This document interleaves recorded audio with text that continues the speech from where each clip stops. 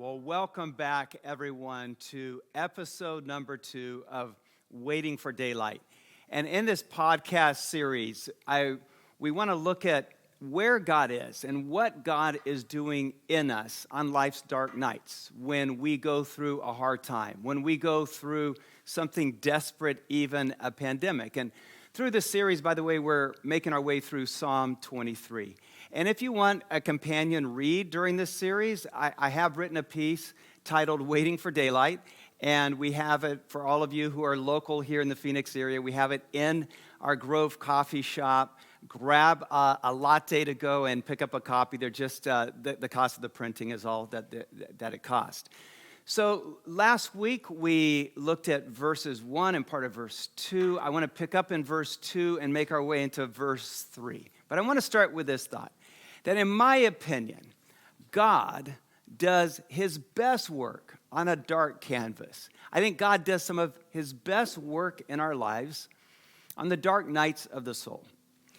Let me use a painting as an example. So when I was in college, my twin brother and I were roommates until I got married, and we were in Southern California, and one weekend, a bunch of guys from college, we decided to go camping south of Tijuana on the beach in Mexico. And so, of course, on our way back, we stopped in TJ, and we went by to buy things from the vendors. Most of us picked up things like sombreros and ponchos and switchblade combs, but my twin brother, Paul, he buys a black velvet painting of Jennifer Beals. And of course we laugh at him, but then, unlucky me, he hangs the thing in our dorm room.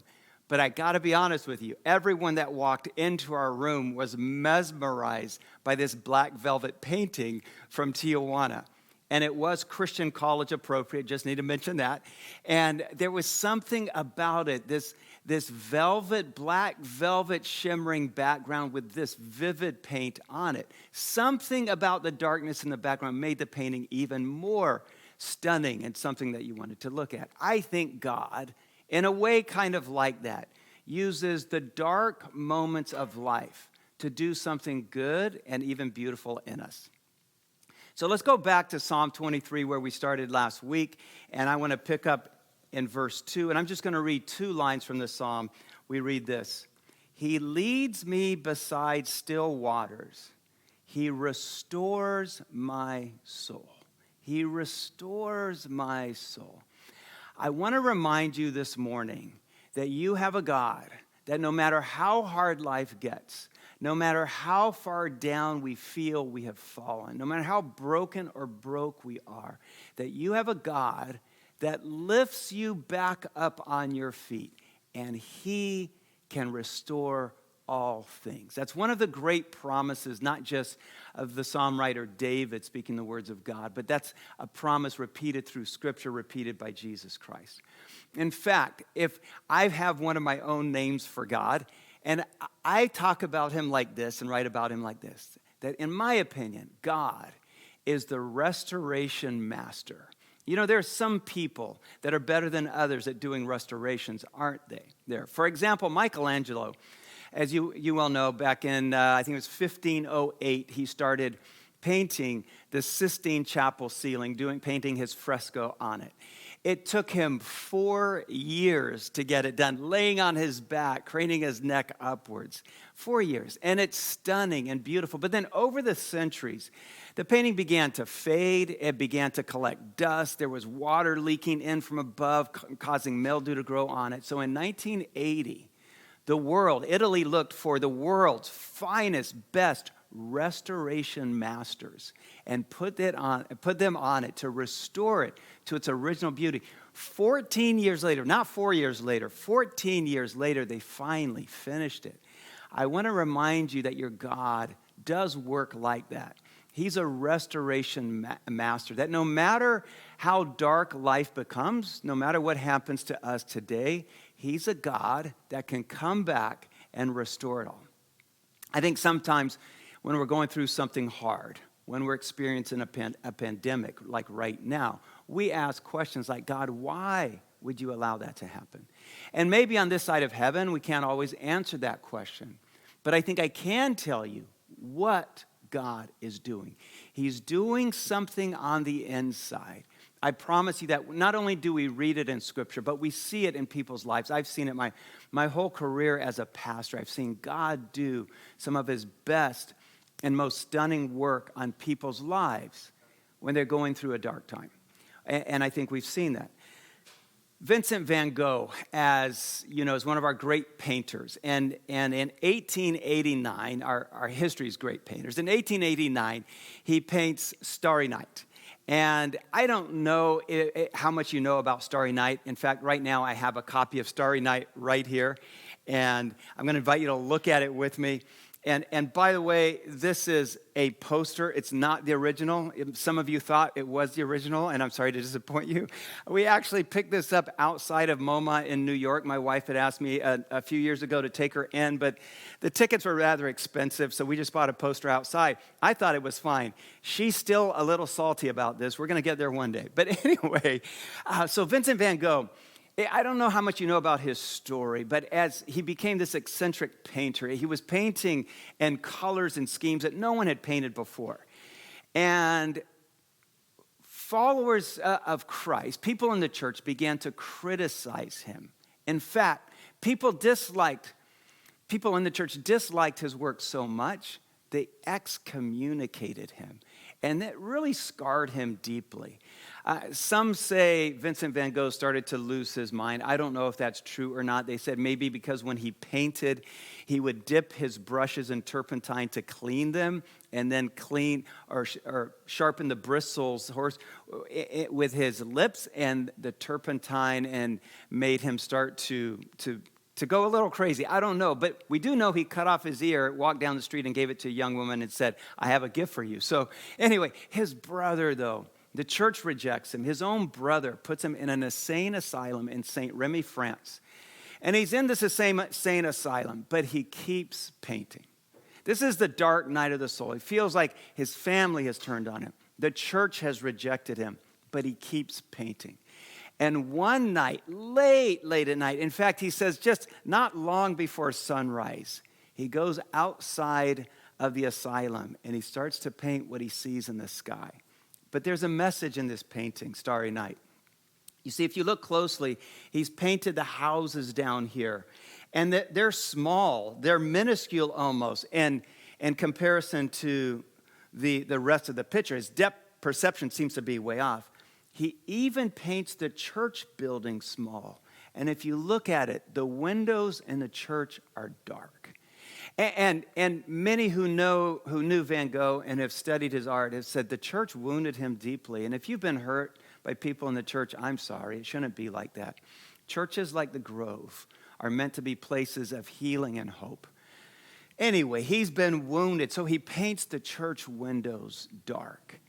But then he paints this evergreen, huge, disproportionate in size to the church and the building and the houses below. And then he paints the swirling stars 1,000 times bigger than they should be. You can see the imagery is bright and vibrant.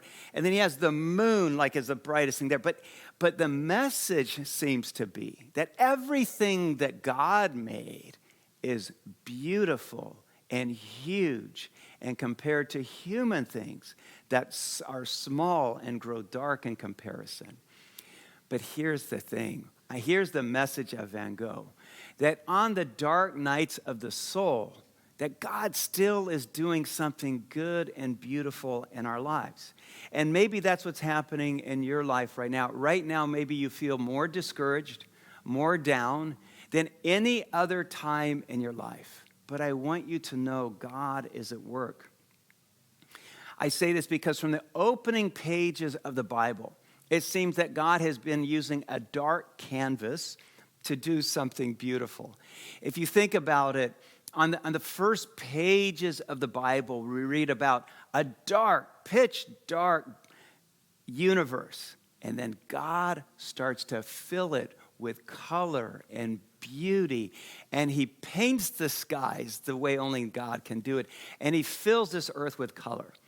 Some people, when they see shots of the earth from space as far out as we can get, when the cameras turn back and take a picture of space, some say the earth looks like a blue sapphire.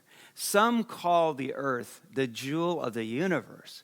And that's what God has been doing since the beginning of time, is taking the dark days of our lives and doing something good and beautiful. And that's our hope right now. No matter how down or distraught you feel right now, how discouraged life may be, he has something good. The restoration master is going to do something better.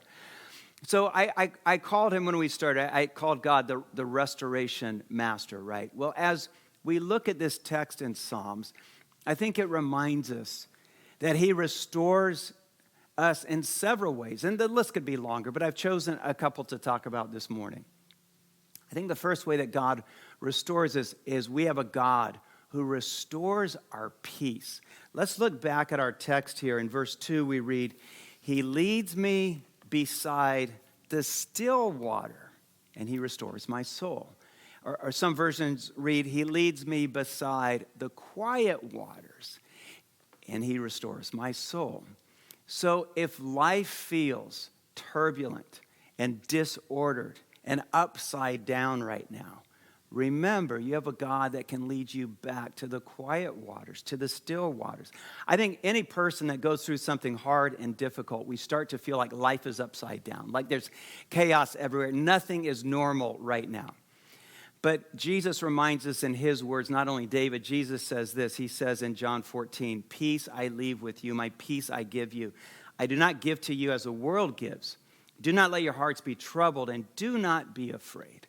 That's his promise for peace. God restores peace when we feel like life is nothing but chaos and nothing completely out of disorder. What else does he restore? I believe that God also restores what has been lost and broken.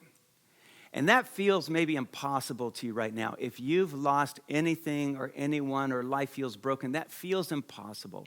But when we read the Bible and we look at history, and even when I look at my own life, I see that God is a restoration master, and he can restore anything that has been lost or broken. The Old Testament writers in particular, I think, love to talk about the way God restores. I'm going to read a passage from the book of Joel. If you're at home and you want to look with me, turn to the Old Testament. And I'm going to read from Joel chapter 2. And I'm going to set the stage here. So there's been locusts in the land. So locusts has overwhelmed the people of Israel. Their land is not like it. Everyone was staying home. No one was going out to the store to shop. The grocery store shelves were empty. So everybody was on Zoom and FaceTime. That's what was happening. And this had not happened for months. It had happened for years, the locusts. And then Joel says this. This is chapter 2, verse 12. "Even now, Lord, even now declares the Lord, return to me with all your heart. The trees will bear fruit again." Verse 23, "He sends you abundant showers, both autumn and spring rains. I will repay the years the locusts have eaten. I will pour out my spirit on all people, and everyone who calls on the name of the Lord will be saved." So he says the most interesting thing here. He says, if you turn to me, then God says, if you turn back to me, I will restore the years the locusts have eaten. In other words, I will give you back everything that you feel you have lost. I don't know if you've ever felt like there is a season of time, months or even years, that you feel you have wasted, that you feel you have lost, that the locusts have eaten. Maybe if you're a parent, you look back now and you go, man, there were years I wasted. I was pursuing a career and a promotion. I wish I'd spent more time with my kids. Or maybe as a spouse, there are years that you look back now and you go, wow, there are years the locusts have eaten because I could have loved my husband more. I could have loved my wife more. Or maybe you've given in to an addiction, or something has pulled you away from God, and you look back now and you go, wow, those were the years the locusts have eaten. I want to say this, though. Have hope. Because like Joel says, there may be years that were wasted. There may be years or days that you feel the locusts have eaten. But God will give you those back. He says, if you turn to me. He uses this if then. He says, if you return to me, I will give you back the years the locusts have eaten. Not only will I give you back, he says it may even be better years ahead. He describes years of flourishing. So even though you feel that there has been wasted years, and maybe right now you even feel like there are wasted days or you're wasting opportunities, God can make it even better. Listen to the language that he uses in verse 12. He says, even now declares the Lord, return to me with all your heart. He says, and the trees will bear fruit again. Wow.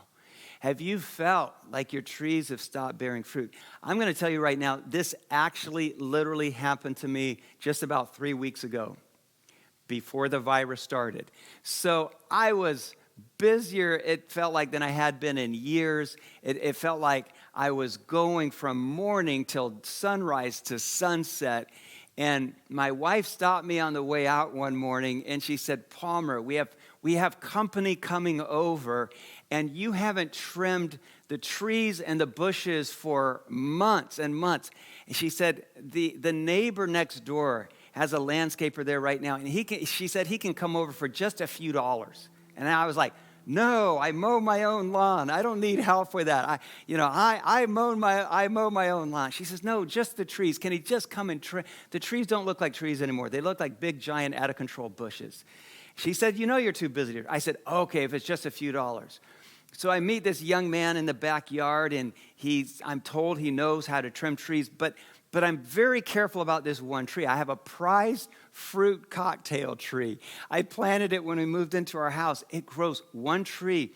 When I got it, they had grafted in 4 different fruits. I'm not making this up. It grows Mexican limes, tangelos, oranges, and my favorite are the ruby red grapefruit. So I showed him the branches with fruit. I said, you don't touch those now. I said, but then we have these shoots coming up. They're called suckers. I said, you can cut those off. They're just full of thorns, and they never have fruit. He said, what's a sucker? I was like, oh, no.